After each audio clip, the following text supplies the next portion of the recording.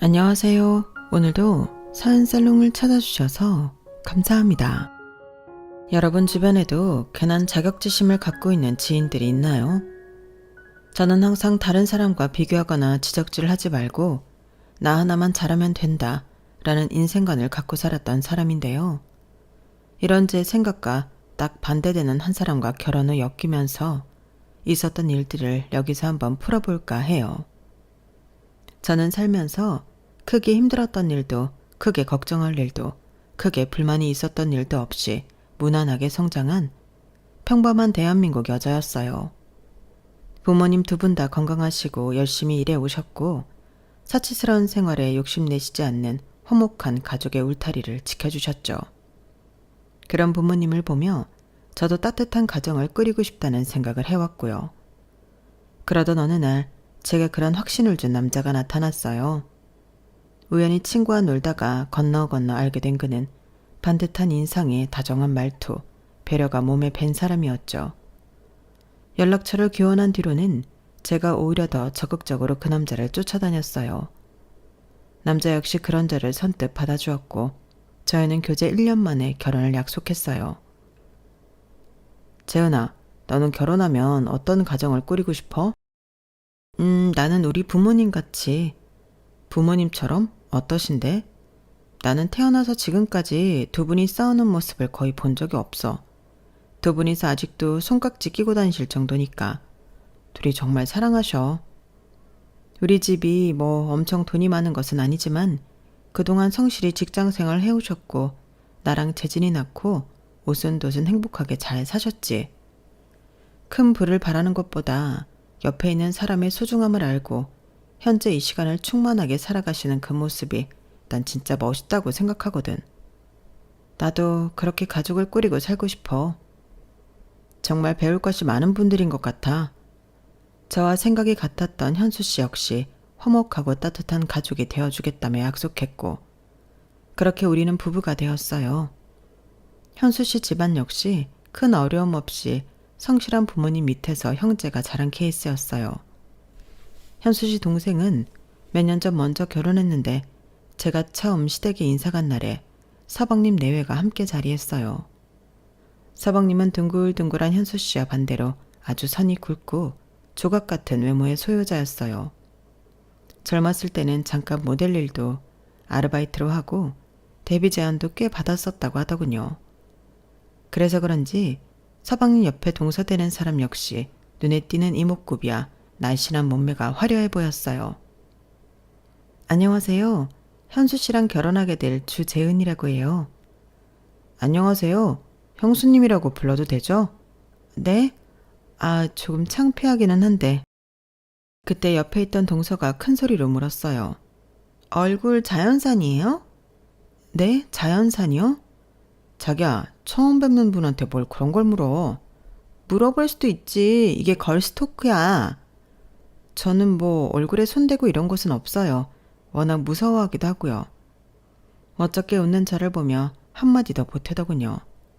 피부는 좀 어떻게 하셔야 될 것 같은데? 결혼 앞두고 신부가 그런 얼굴로 등장하는 것도 민폐인데.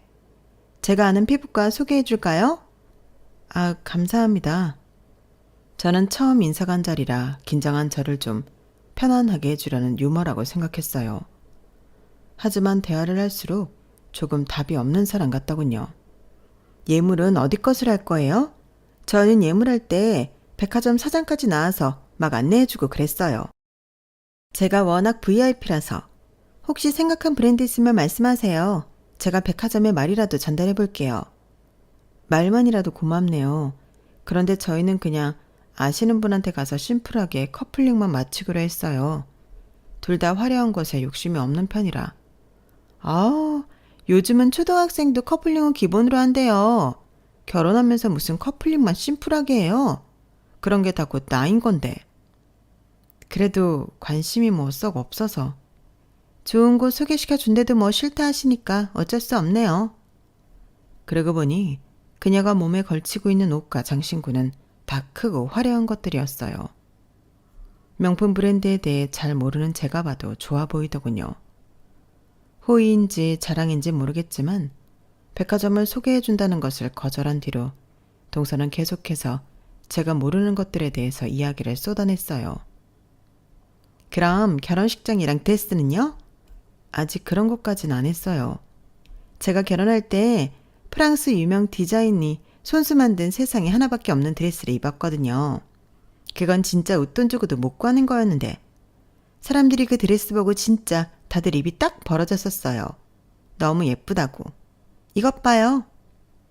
동서가 자랑스럽게 보여준 핸드폰 속 결혼 사진을 보고 저는 어떤 반응을 해야 할지 모르겠더군요.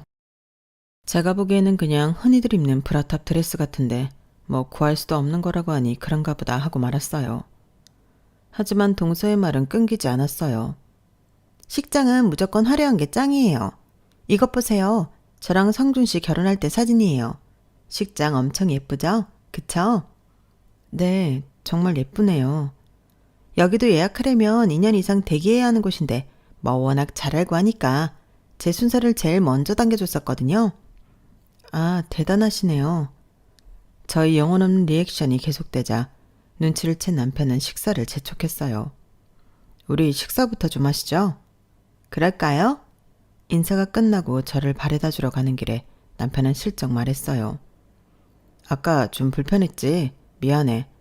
아니야, 너무 친화력 좋고 하시더라고. 재수씨 댁이 엄청 돈이 많은가 보더라고. 아, 그래? 그쪽 사돈 쪽이 부동산으로 돈을 좀 버셨다 그러더라고. 딸도 재수씨 하느라 완전 금이야 오기 하면서 컸나 봐. 좀 그렇지? 부잣집 외동딸이라고 하니까 이해가 되네. 그럴 수도 있지 뭐. 그때까지만 해도 제 결혼 생활에 철부지 동서가 그렇게까지 영향을 끼칠 줄 몰랐어요. 저와 남편은 큰 문제 없이 결혼 준비를 이어갔고 드디어 디데이가 되었어요. 주인공이 된 기분이 나쁘지 않더군요. 지인들의 칭찬이 끊이지를 않았어요. 어머, 재은아, 너무 예쁘다. 천사인 줄 알았어. 너 진짜 예쁘다. 신랑이랑 신부가 어쩜 저렇게 잘 어울려? 세상 부러운 커플이네. 저렇게 수수한 드레스를 입었는데 얼굴이 워낙 예쁘니까 그냥 다 사네. 여기저기서 들려오는 칭찬에 황홀하고 정말 많이 웃었죠. 그런데 그때 제일 친한 친구가 제게 저기를 보라며 고개를 끄덕였어요. 저는 제 앞에 나타난 동서 때문에 깜짝 놀랐어요. 안녕하세요 형님, 저 왔어요. 드레스 이거 입은 거예요? 아유, 이거 그냥 여기 결혼식장에서 무료로 빌린 건가 보다. 왜 이렇게 누렇고 꼬질꼬질하대요? 그리고 형님, 피부과 안 다녔어요? 제가 다니라고 했잖아요. 신부 얼굴이 이게 뭐예요? 신부인지 들러리인지 모르겠네. 역시나 흠잡을 것이 없나 하며 달려드는 동서의 모습에 조금 기가 막혔어요. 하지만 더 황당한 것은 따로 있었어요. 바로 동서가 제 결혼식에 입고 온 옷 때문이었죠. 옷이 엄청 화려하네요. 아, 제 옷이요? 예쁘죠? 이것도 국내에서는 구할 수 없는 원피스예요. 동서가 입고 있는 것은 원피스보다는 드레스에 가까워 보일 정도로 새하얗고 화려한 비즈가 움직일 때마다 반짝거렸어요. 옷이 제 드레스보다 더 예쁘네요. 모르는 사람이 봤다면 신부가 누구인지 착각했을 정도로 동서는 저보다 훨씬 화려한 드레스 같은 원피스를 입고 나타났더군요. 맞다. 아주버님한테 들으셨죠? 오늘 성준 씨가 정말 갑자기 급한 일이 생겨서 결혼식에는 못 오고 있다 늦는다고. 아, 네. 진짜 빠지지 못할 일이어서 너무 미안해 하신다고 전해 들었어요. 저와 남편 결혼식에 서방님은 피치 못할 사정으로 참석하지 못했어요. 저는 속으로 생각했어요. 하긴 서방님이 동서가 저런 옷 입고 여기 오는 거 알았으면 말렸을 거야. 혼자 오니까 저렇게 입고 온 거겠지? 저희 부모님과 친척들고 굳은 얼굴을 좀처럼 피지 못했어요. 예, 재은아. 저분이 그 동서 될 사람인 거니? 엄마. 아무리 그래도 하객인데 결혼식에 저렇게 하얗고 화려한 드레스를 입고 오다니 이해가 되질 않는구나. 사람들이 다 수군거려. 알아. 저렇게 하고 나타날 줄은 몰랐네. 하지만 더 놀라울 일은 거기서 끝나지 않았어요. 식을 마치고 하객들에게 인사를 다닐 때였어요. 혼주석에 시부모님 두 분만 계셔서 여쭤봤죠. 어머님, 아버님, 식사는 좀 하셨어요? 동서는 왜 안 보여요? 그때 저 반대 테이블에서 시끄러운 소리가 났어요. 야, 마셔. 나 오늘 성준 씨 없다. 늦게 올 거야. 나 자유부인이라고. 미친. 네가 언제 네 남편 있다고 못 논 적 있냐? 웃기는 년일세. 어? 야야, 니네 인사해. 여기 오늘 결혼한 새형님이다. 형님, 제 친구들도 오늘 왔어요. 동서가 제 팔뚝을 잡고 자기 친구들이라며 소개한 테이블은 동서랑 비슷비슷한 외모에 모조리 화려한 차림새를 하고 있더군요. 그런데 동서를 포함해 다들 얼마나 마신 건지 잔뜩 취한 모습들이었어요. 동서, 친구들까지 초대해주고 고마워요. 그런데 왜 이렇게 많이 마셨어요? 엄청 취했네. 제 말은 아랑곳 않고 잔뜩 취해 혀가 꼬부라진 동서가 친구들에게 말하더군요. 야, 우리 새형님 결혼 전에 성형외과 가고 피부과 가고 아무것도 안 간 사람이다? 겁나 신기하지?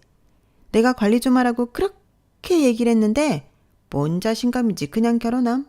개 웃기지? 동서, 집에 얼른 가서 쉬는 게 낫겠어요. 야, 그리고 내가 VIP인 백화점에 예물이랑 혼수하라고 소개해준다니까 그것도 다 거절했다? 저게 결혼 반지라고 꼈는데 진짜 소박하다 못해 곧 없어질 것 같지 않냐? 겁나 웃긴 사람이야, 새형님. 동서의 조롱 섞인 말에 그 친구들도 저를 보고 낄낄거리더군요. 재수씨, 많이 취했어요. 성준이 일 끝나면 얼른 와서 모시고 가라고 할게요. 아주버님, 됐어요. 나 오늘 얘네랑 나이트 갈 거예요. 그치? 동서는 진짜 제정신이 아닌 것 같았어요. 남편도 불쾌해야 하는 기색이 역력했지만 결혼식인 만큼 잘 마무리하려고 노력했죠. 결국 동서와 그 무리의 진상짓으로 하객들의 수군거림으로 끝났어요. 재은아, 미안해. 내가 대신 사과할게. 재수씨가 저렇게까지 막무가는 애는 아니었는데 왜 그러는지 모르겠다. 괜찮아. 오늘은 좋은 날이니까 얼굴 붉히지 말고 넘어가자. 아, 하필 이런 날 성준이도 없어서 더 골치네. 동서는 그렇게 만행을 저질러 놓고 그 후로 사과도 없더군요.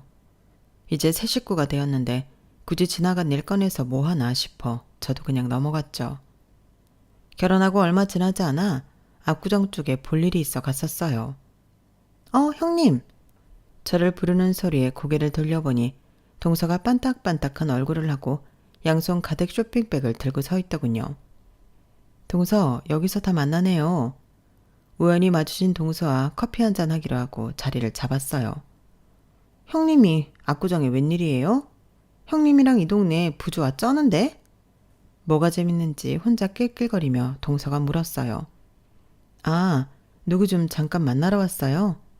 난 쇼핑 좀 잔뜩 하고 피부과 가서 관리받고 오는 길이에요. 아, 어쩐지 피부에서 막 빛이 나네요. 형님은 내가 그렇게 관리 좀 받으라고 해도 말도 안 듣고 막 결혼한 새댁인데 아줌마 소리 듣겠어요. 동서의 모욕적 발언이 또 시작됐구나 하고 속으로 생각하고 있을 때 함께 커피를 마시러 가자고 했어요. 여기 근처에 제가 잘 아는 카페 있는데 얼마나 고급인지 커피 한 잔에 3만 원이에요. 제가 쏠게요. 세상에 10,000원 넘는 커피도 들어본 적이 없는데 3만 원이라니 무슨 금치를 해놨나 싶었어요. 카페에 자리를 잡고 앉자 동서는 뭐가 그렇게 궁금한지 또 이것저것 묻기 시작했어요. 형님, 아기 가질 거예요? 네, 아기를 낳는 건 우리 두 사람이 진짜 가족이 된다는 뜻이니까요. 가족? 굳이 아기까지 낳아가면서 그런 거 확인해야 되나? 동서는 결혼한 지 3, 4년 됐다고 들었는데 아직 자녀 생각 없어요? 제가 묻자 동서는 아주 날카로운 목소리로 대답했어요. 미쳤어요? 애를 왜 낳아요? 네? 왜 낳나요? 형님, 저 몸에 좋은 거 먹고 매일 필라테스를 3시간씩 하는 사람이에요. 이 몸매 계속 유지하려고요. 그런데 무슨 임신이에요. 몸 망가지게. 애 낳은 여자들 봐요. 그게 무슨 몸이야. 말 그대로 몸뚱아리지. 그럼 몸매 망가질까봐 임신을 안 하겠다는 거예요? 당연하죠.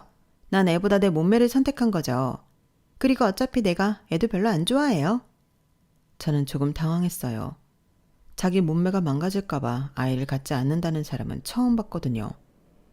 그럼 서방님도 동서 생각이랑 같은 거예요? 아, 몰라요. 가끔 애 얘기하는데 그럴 때마다 내가 이혼해버린다고 윽박 지르니까 또 좀 잠잠해요. 웃기죠? 뭐가 웃긴 건지 모르겠지만 아무렇지 않게 그런 얘기를 하며 웃는 동서에게 전보다 더 거리감이 느껴지더군요. 그때 저희 테이블 옆을 뛰어가던 꼬마아이가 넘어졌어요. 저는 얼른 일어나 아이를 일으켜주며 말했어요. 괜찮아? 다치지 않았어? 아이는 놀랐는지 울기 시작했어요. 아이 시끄러워. 왜 여기서 울고 난리야? 야, 너 빨리 니네 엄마한테 가. 동서는 다 들리는 목소리로 짜증을 내며 말했어요. 마침 화장실을 다녀오던 아이 엄마가 우는 아이를 발견하고 달리기 시작했어요. 엄마, 내가 넘어지니까 이 누나는 나 일으켜줬는데 여기 이 아줌마는 나한테 빨리 가라고 소리 질렀어. 아이의 말 한마디에 동서의 얼굴이 싹 굳는 것이 느껴졌어요. 뭐? 아줌마? 넌 내가 아줌마로 보여? 여기는 이쪽은 왜 누난데? 아니 우리 애한테 지금 뭐라 하는 거예요? 아이 엄마는 아이 손을 잡고 화를 내며 자리를 떠났어요. 아씨 왜 이렇게 미친 것들이 많어? 뭐? 아줌마? 진짜 가서 죽여버릴까? 동서 왜 이렇게 화가 많이 났어요? 진정해요. 형님 같으면 지금 진정하게 생겼어요? 저보고 아줌마라는데. 전 도통 이해가 가지 않았죠. 아이의 그 말 한마디로 그렇게까지 화를 내고 짜증을 부릴 줄은 말이에요. 기분 나빠서 못 앉아있겠네. 저 먼저 갈게요. 동서. 그날 갑자기 저를 카페에 혼자 남겨놓고 간 동서가 어딜 갔는지는 나중에 알았어요.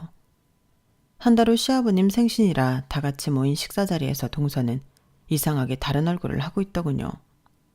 괜한 말했다가 곤란해질까 가만히 있었는데 동서가 먼저 다가와 말 걸더군요.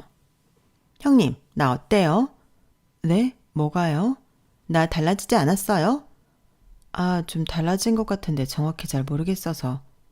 내가 그날 그 싸가지 없는 꼬마 때문에 얼마나 열받았는지 알아요? 누구 보고 아줌마래.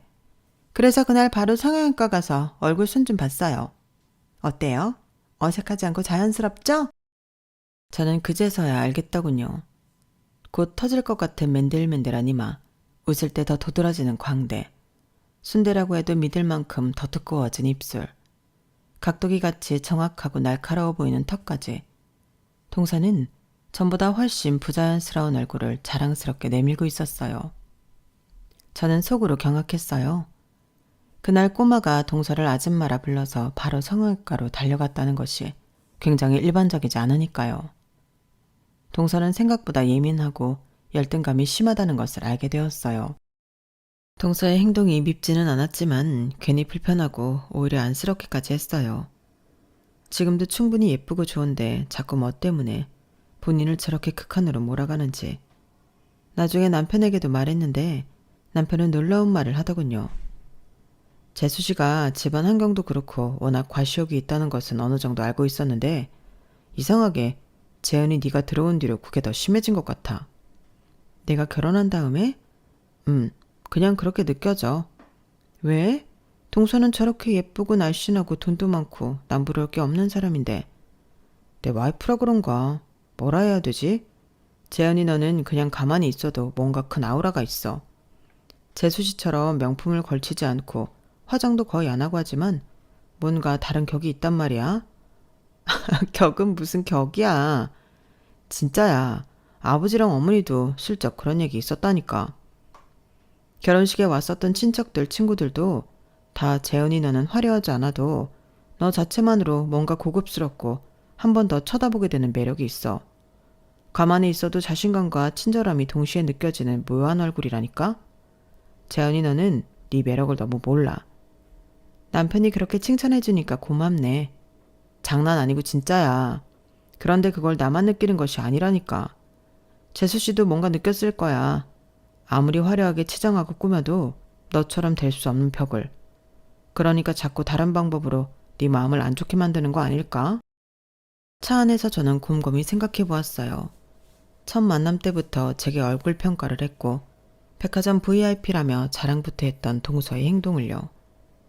그것뿐이 아니라 제 결혼식장에 와서 다른 사람들 앞에서 신부인 저를 깎아내리려고 했던 일도 말이에요. 사실 그 사이에 다른 일도 있었는데 이렇게 연결될 줄은 몰랐어요. 결혼 후 첫 명절이 되었고 저희 부모님은 시댁에 소고기며 과일을 잔뜩 보내주셨어요. 아우 재훈아, 사돈이 이렇게 신경을 써주셨네. 뭘 이렇게 많이 보내주셨다니? 결혼하고 처음 맞이하는 명절이기도 하고 어머님 아버님이 저 예뻐해 주시는 것 다 아세요. 항상 감사하고 새해 복도 많이 받으시라고 전해드리래요. 감사해라. 시부모님과 저의 대화를 엿듣고 있던 동서가 저를 따로 불러 말했어요. 형님, 요즘 수입산 갖고 한우라고 장난질 많이 한다고 난리던데 혹시 그런 거 아니에요? 고기도 먹어본 사람이 잘 안다고 잘 아는 사람이 사야 돼요. 과일도 포장 보니까 그냥 시장에서 산 거네요. 백화점에서는 저렇게 포장 안 해주는데. 친정 부모님 댁 근처에 전통시장이 있어서 거기서 구입하셨을 거예요. 자주 가는 단골이기도 하고. 단골이 등쳐먹기 더 좋은 거 알죠? 동서는 또 비이성하는 말들을 쏟아내기 시작하더군요. 저는 먹는 거 말고 그냥 가전 바꿔드렸어요. 가전이요? 고기나 과일은 어차피 명절 아니어도 평소에 실컷 먹잖아요. 명절 선물 뭐 해드릴까 하다가 냉장고 새 걸로 바꿔드리고 김치 냉장고 하나 더 넣어드렸어요. 전부 다 백화점에서 최신식으로 산 거예요.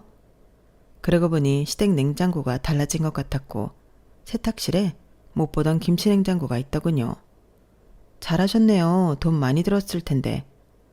저는 동서의 의중이 어느 정도 파악되어 질투하지 않고 오히려 칭찬을 퍼부었어요. 역시 동서는 다르네요. 저는 거기까지 생각 못했는데 저도 이제 어른들이 진짜 필요한 걸 선물해드리려고 노력해야겠어요. 제목까지 동서가 선물해준 것 같아 다시 한번 고마워요. 제가 의외의 반응을 보이자 동서는 입을 삐죽 내밀더니 머쓱한 얼굴로 나가더군요.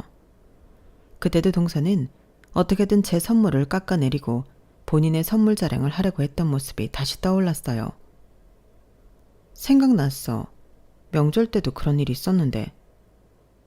너무 스트레스 받지 마, 재현아. 내가 재수 씨랑 만나는 자리 최대한 피하도록 해볼게. 아니면 재현이 네가 말도 좀 놓고 편하게 다가가 보는 것도 괜찮고. 그래도 나보다 먼저 결혼했다고 생각하니까 반말이 쉽게 나오지는 않네. 네가 편한 대로 해. 내가 대신 미안해. 자기가 뭘 미안해해. 나 그냥 신경 안 쓰고 지내면 돼. 착한 남편은 제게 자꾸 미안하다고 사과하며 집으로 돌아왔어요. 몇 년 뒤 저와 남편은 큰 마음을 먹고 다니던 직장에서 나와 카페를 하나 차리기로 했어요. 가게를 열기 전 저희 부부는 3개월 동안 발품을 팔아 임대료도 적당하고 위치도 괜찮은 곳을 어렵게 구했어요. 결혼 때부터 언젠가는 함께 카페를 차리자고 말해왔기 때문에 남편과 저는 회사를 다니면서도 커피와 디저트에 대해서 많이 배우고 공부하기도 했죠. 가게 인테리어도 사전에 많이 알고 업체에 접근해 비교적 저렴한 가격에 최고로 만족스럽게 진행할 수 있었어요. 드디어 우리 부부의 카페를 오픈해 소소하게 장사를 시작했어요. 오픈을 축하해주기 위해 부모님과 친구들, 전 회사 동료들 모두 들러서 격려와 응원을 해주고 갔어요. 재현아, 회사 끝나고 그렇게 커피학원 열심히 다니더니 진짜 맛있는데? 대단하다, 대단해. 디저트도 완전 색달라. 엄청 맛있어. 남편이랑 나랑 연구 진짜 많이 했어. 그런데 힘들기보다 재밌었어. 그래서 할 수 있었던 것 같아. 으이그 아주 천생연분이다. 부러워 죽겠네. 며칠 후 동서가 가게에 나타났어요. 형님 여기군요. 그 카페인지 뭔지 차린다더니 장사 좀 돼요? 동서 왔어요. 뭐 아직 그냥 그렇죠 뭐. 외제차에서 내린 동서의 손에는 커피가 들려 있었어요.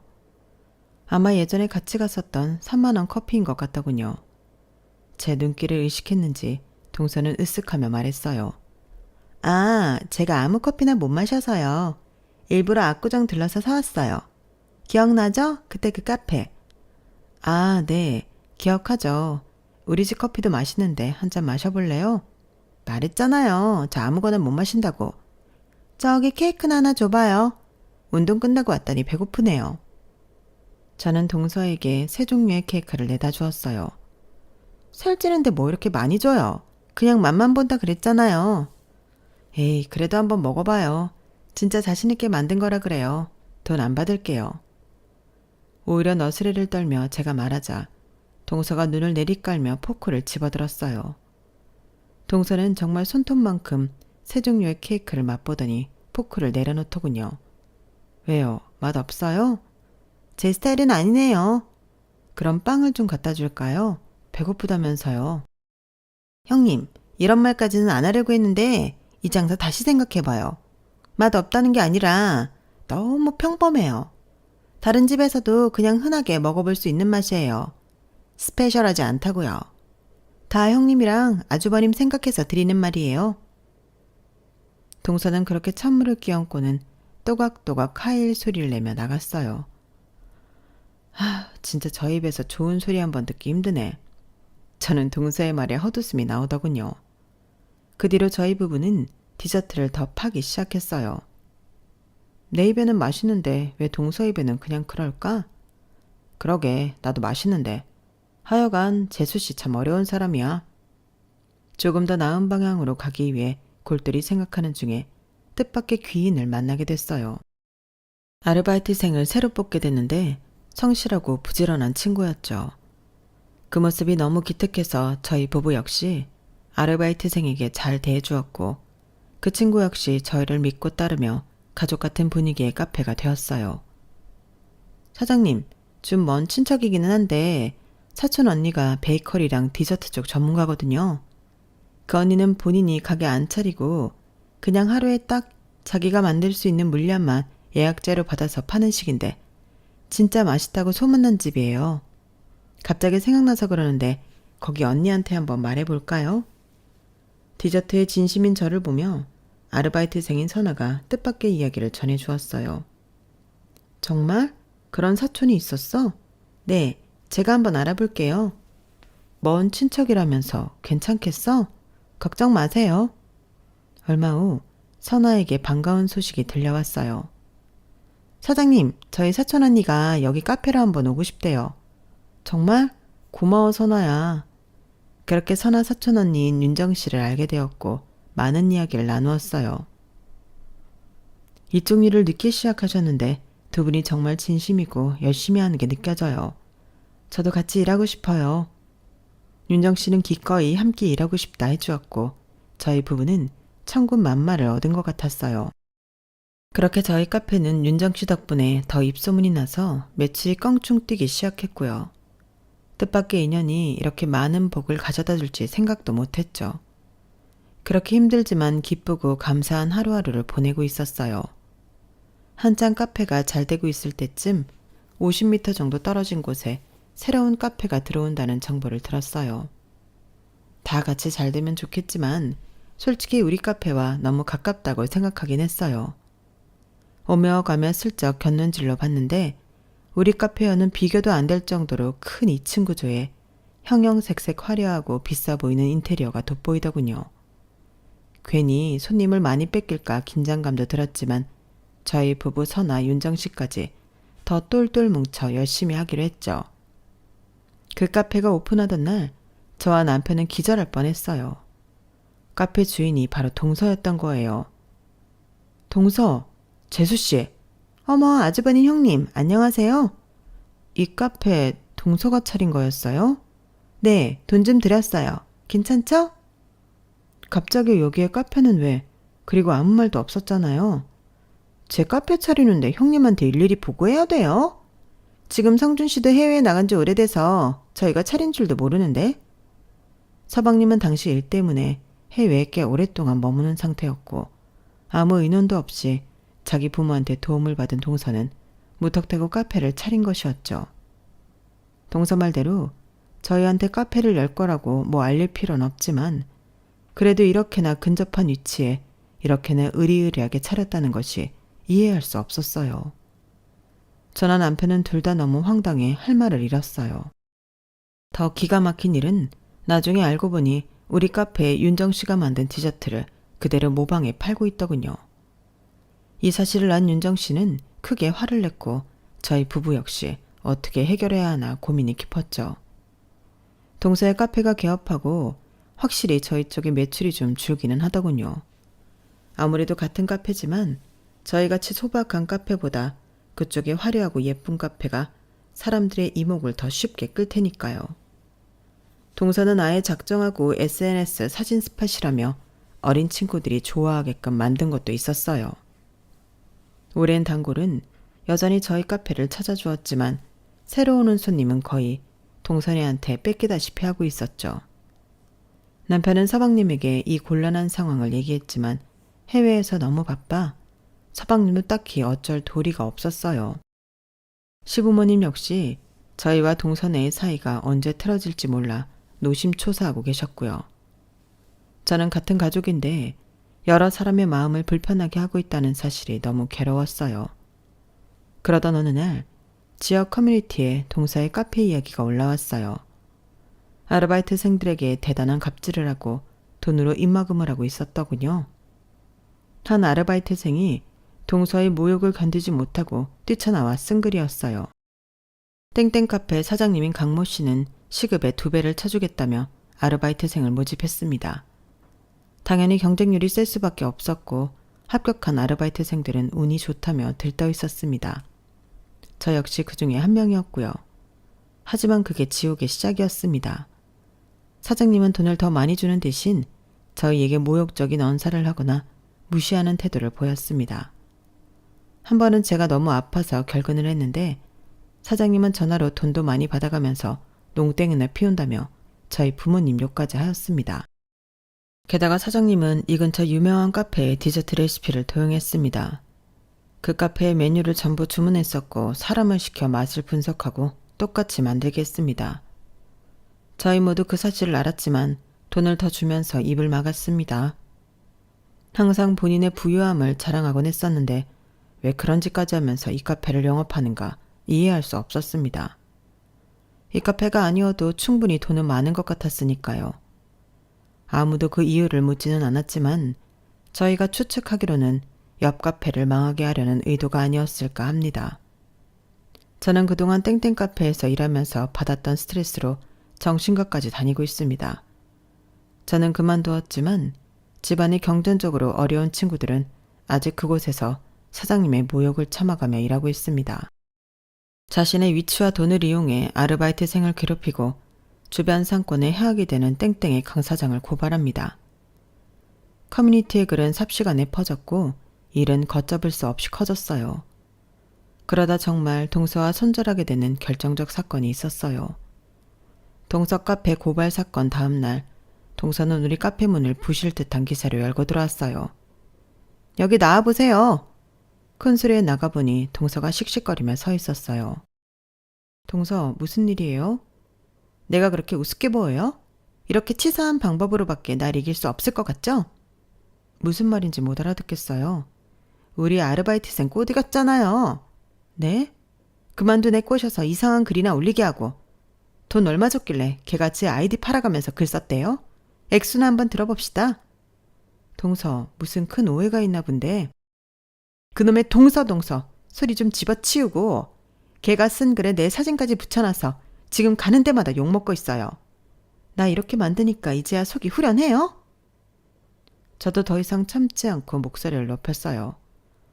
그래, 당신 이제 내 동서도 아니야. 머리가 어떻게 꼬여 있으면 우리가 그런 계획을 했다고 생각하는 거야? 항상 이런 식으로 살아왔어? 그 피해의식을 왜 여기 와서 풀고 난리야? 결혼하고 그래도 당신이랑 가족이 됐다고 생각하고 어떻게 하든 그냥 넘겼어. 드라마에서처럼 형님이랑 동서랑 원수지면 현수 씨랑 서방님은, 어머님 아버님은 괜히 객식구 잘못 들어와서 집안 뒤집어 놨다고 할까봐 그냥 가만히 있었다고. 당신은 그런 생각 해본 적이라도 있어? 무섭게 소리 지르는 제 모습을 처음 본 동서와 다른 사람들은 놀라 아무 말도 못하고 있었어요. 처음 인사 왔을 때부터 진짜 마음에 안 들었어. 뭐가 잘나서 고개 빳빳이 들고 내가 충고하는 걸 다 튕겨? 처음부터 아주 재수없었어. 그쯤 되니 동서도 이제 막 나가는 것 같았어요. 내가 뭐 비싼 브랜드니 백화점이니 소개해준다고 했던 거? 결혼 전에 관리받으라고 지적질했던 거? 내가 왜 그런 걸 해야 되는데? 그런 건 자격지심 쩌는 너 같은 애나 하는 거야. 뭐? 자격지심? 말 다 했어? 남편 잘생겼겠다. 시부모님 온화하신 분들이고 니네 친정 돈도 많다며. 너 필라테스인가 뭔가 맨날 해서 몸매 잘 갖고 놓고 얼굴 쌍판대기 고치고 싶은 대로 다 고치고 살면서 도대체 뭐가 모자라서 나한테 시비질인데?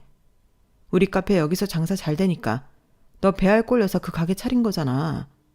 우리 디저트 레시피까지 훔쳐가면서. 그런데 이제 나를 뒤에서 사람이나 조종하는 음흉한 인간으로 몰아? 내가 너한테 뭘 그렇게 잘못했니? 어? 난 너한테 경쟁심 같은 거 1도 없는데 넌 왜 혼자 난리야? 네가 나한테 뭘 느꼈는지 모르겠지만 넌 내 급이 아니야. 난 너랑 격이 다른 사람이라고. 알겠어? 저는 전에 남편이 제게 해줬던 칭찬까지 생각해 공격했어요. 그동안 화라는 감정을 잘 모르고 살았던 저인데 한번 우라가 치미니까 저 스스로도 놀랄 정도로 변하더군요. 하지만 뭔가 그렇게 쏟아내니까 속은 시원했어요. 알게 모르게 결혼하고 그동안 동서가 보인 무례한 태도가 저도 마음에 걸려 있었나 봐요. 급이 다르다는 말에 동서의 눈꼬리가 더 올라갔어요. 급? 격? 지금 네가 누구 앞에서 그런 걸 따져? 너야말로 나랑 급을 운운할 자격이 있다고 생각해? 난 여태까지 그런 생각하면서 살지 않았다고. 그런데 네 자신을 봐봐. 항상 나 의식하면서 뭐든 더 많이, 뭐든 더 화려하게, 뭐든 더 삐까뻔쩍하게 하려고 발악했잖아. 뭐? 발악? 발악이라고 했어? 내가 솔직하게 말해줄까? 그동안 네가 하는 짓거리 보면서 진짜 질투심 난 적 단 한 번도 없어. 오히려 네가 불쌍하고 안타깝더라. 뭐? 불쌍? 이게 진짜 미쳤나? 눈에 뵈는 것이 없는 동서는 드디어 제 앞에서 손까지 올리더군요. 재수씨, 그만합시다. 남편의 만류에도 쉽게 흥분을 가라앉히지 못하고 동서는 계속 꽥꽥 소리를 질러댔어요. 그날 저녁 남편은 곧장 시댁으로 달려가 시부모님께 이 모든 사실을 알렸어요. 시부모님 역시 항상 동서가 무슨 일을 벌일까 조마조마했다며 적극적으로 중재하지 못했던 당신들이 미안하다며 사과했다고 하시더군요. 그 일로 아직 일정이 남아있던 서방님은 계획보다 일찍 한국에 들어오게 되었고 저와 남편 앞에서 진심으로 미안해했어요. 형수님 정말 죄송해요. 집사람이 철이 없는 줄은 알았지만 이 정도로 개념 없이 굴지 몰랐어요. 카페 차린 것도 저한테 말 한마디 안 하고 장인어른한테 돈 받아서 열었더군요. 제가 진작 알았으면 못하게 말렸을 거예요. 진짜 면목 없고 죄송합니다. 아니에요. 서방님만 중간에서 곤란하게 만든 것 같아 저야말로 죄송해요. 그 뒤로 저는 동서와 완전히 발길을 끊었고 한동안은 서방님과도 연락을 자주 하지 않았어요. 그렇게 2년이라는 시간이 또 흘렀고 카페는 전보다 더 문전성시를 이루어 눈코 뜰 수 없이 바쁘게 보냈어요. 손님들의 많은 요청으로 가게도 더 크게 확장했고 직원 수도 많아졌죠. 그리고 더 좋은 소식은 저희 부부에게도 아기 천사가 찾아왔답니다. 다음 달에 세상에 나오는 딸을 만날 생각을 하니 너무 기쁘고 행복하네요. 간혹 들려오는 서방님과 동선에는 꽤 좋지 않은 듯 했어요. 2년 전 그 사건 이후로 둘 사이는 계속 마찰이 생겼고 지친 서방님이 먼저 이혼을 제안했다고 하더군요. 그즈음 동서의 친정에서 무리하게 부동산 투자를 진행하다 많은 빚을 지었다고 해요. 한순간 벼락부자에서 알거지가 된 동선의 친정은 이제 더 이상 동서를 도와주기는커녕 입만 벌리며 돈 구해달란 소리만 한다고 하더군요. 동서의 사치 욕심도 끝이 났고 서방님에게 버림받을까 벌벌 긴다는 얘기를 들었어요. 저는 동서가 얼마나 예쁘고 좋은 것들을 많이 가졌는지 스스로 깨우쳤으면 좋겠어요. 눈에 보이는 거 비싼 것들이 무조건 그 사람을 대변하는 것은 아니라는 사실을 동서가 하루빨리 깨달았으면 해요. 제 사연은 여기까지입니다. 겉모습보다 내면이 아름다운 사람이 되도록 노력해 보렵니다. 들어주셔서 감사드려요. 항상 행복하세요. 여러분, 사연 댓글에 응원과 현명한 조언 부탁드려요. 좋아요와 구독은 저에게 큰 힘이 됩니다. 오늘도 좋은 일 가득하세요.